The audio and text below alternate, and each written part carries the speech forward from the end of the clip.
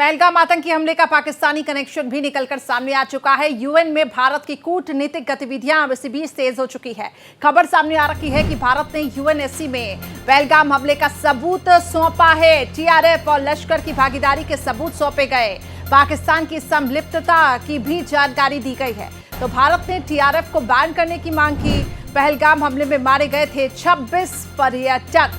तो आपको बता दें, पाकिस्तान अब पूरी तरीके से एक्सपोज हो चुका है। पाकिस्तान का किस तरीके से टेरर लिंक है, ये सबके सामने आ चुका है। यूएन में भारत की कूटनीतिक गतिविधियां भी तेज हो चुकी हैं और इसी के साथ भारत ने यूएनएससी में पहलगाम हमले का सबूत भी सौंप दिया कि कैसे टीआरएफ और लश्कर की भागीदारी इसमें रही और पाकिस्तान के साथ कैसे इनके संबंध जुड़े हुए हैं।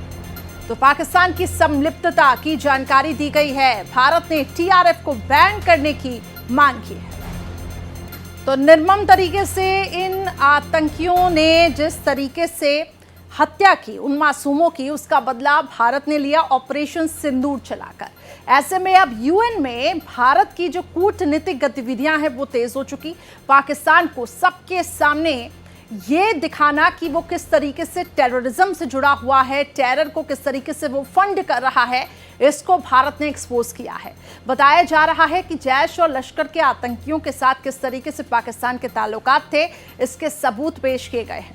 अब इससे आप समझिए कि कितना जरूरी हो जाता है पाकिस्तान को एक्सपोज करना। एक तरफ वो कहता है कि आतंक के साथ हमारा कोई लेना देना नहीं, भारत जबरदस्ती, भारत इंटेंशनली यह आरोप लगा रहा है। भारत के पास एविडेंस आखिर क्या है कि पहलगाम हमले में जिन टेररिस्ट एक्टिविटी जो हुई है उसमें पाकिस्तान का हाथ है, पाकिस्तान का ये कहना है। और ऐसे में अब पाकिस्तान को एक्सपोज करना भारत ने ठान लिया है।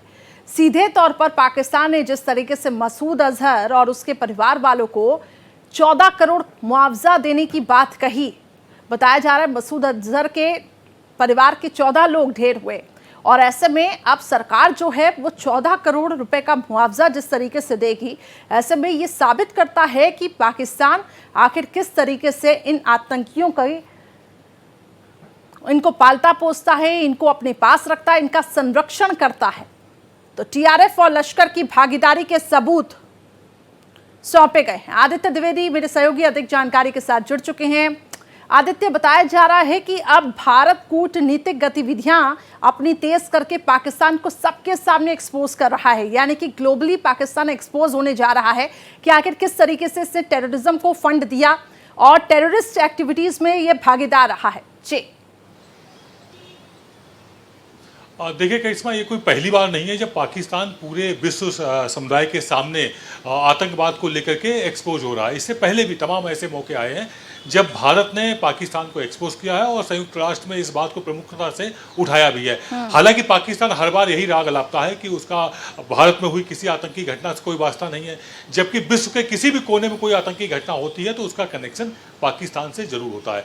अब भारत ने कदम उठाया हुआ है पाकिस्तान को एक्सपोज करने के लिए, संयुक्त राष्ट्र में बाकायदा सबूत पेश करने का मन बनाया हुआ है। इसके लिए एक प्रतिनिधिमंडल संयुक्त राष्ट्र में सारी चीज़ें वहाँ प्रेजेंट करने वाला है बहुत जल्द, और उसके बाद संयुक्त राष्ट्र के जो जिम्मेदार हैं वो खुद इस चीज़ को समझेंगे कि पाकिस्तान का पहलगाम आतंकी घटना में किस तरह से कनेक्शन है।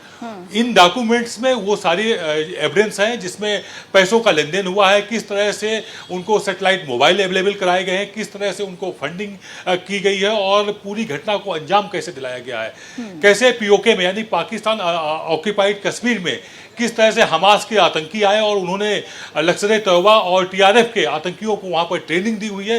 ये सभी सबूत भारत संयुक्त राष्ट्र को पेश करने जा रहा है। जी करिश्मा। आदित्य, संयुक्त राष्ट्र ने आतंकी मसूद अजहर को ग्लोबल टेररिस्ट बता दिया था और ये कहा था कि बहुत बड़ा आतंकी है। इसके बावजूद भी पाकिस्तान जो है मसूद अजहर को जिस तरीके से मुआवजा देने की बात कर रहा है, इससे भी साबित होता है कि पाकिस्तान इन आतंकियों को पालता पोसता है। जी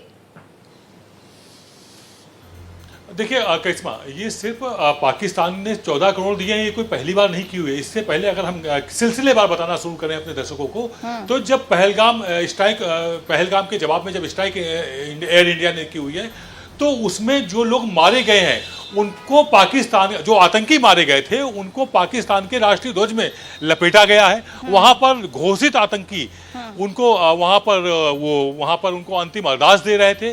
पाकिस्तान की सेना वहां पर सैल्यूट मार रही थी। उनको जब एम्बुलेंस से लेके जाया जा रहा था आतंकियों के जनाजे को, तो उनको बाकायदा गार्ड ऑफ ऑनर एक तरह से दिया जा रहा था, उनको पूरा राष्ट्रीय सम्मान दिया जा रहा था। इन सबसे बिल्कुल एक्सपोज है, सारी चीजें बिल्कुल साफ है करिश्मा कि पाकिस्तान की सेना, वहां के नेता और सत्ता और आतंकवादी सब एक ही थैली के चट्टे बट्टे हैं। इनमें कोई अंतर नहीं है, बस चेहरे बदल जाते हैं कि वो बकरा दाढ़ी रखा लेते हैं, बड़ा पैजामा पहनते हैं, वो मिलिट्री ड्रेस में है इसलिए वो आर्मी के कहे जाते हैं, और जो सत्ता में बैठे हैं कमोबेश भाषाएं वो सब आतंकी ही बोलते हैं। जी बिल्कुल, आपने ठीक कहा कि इन आतंक को आखिर किस तरीके से पाकिस्तान जो है वो उनको फंड करता है, ये इसका इतिहास रहा है। हालांकि अब भारत की कोशिश है इसको एक्सपोज करने की। बहुत बहुत शुक्रिया हमारे साथ आदित्य जुड़ने के लिए।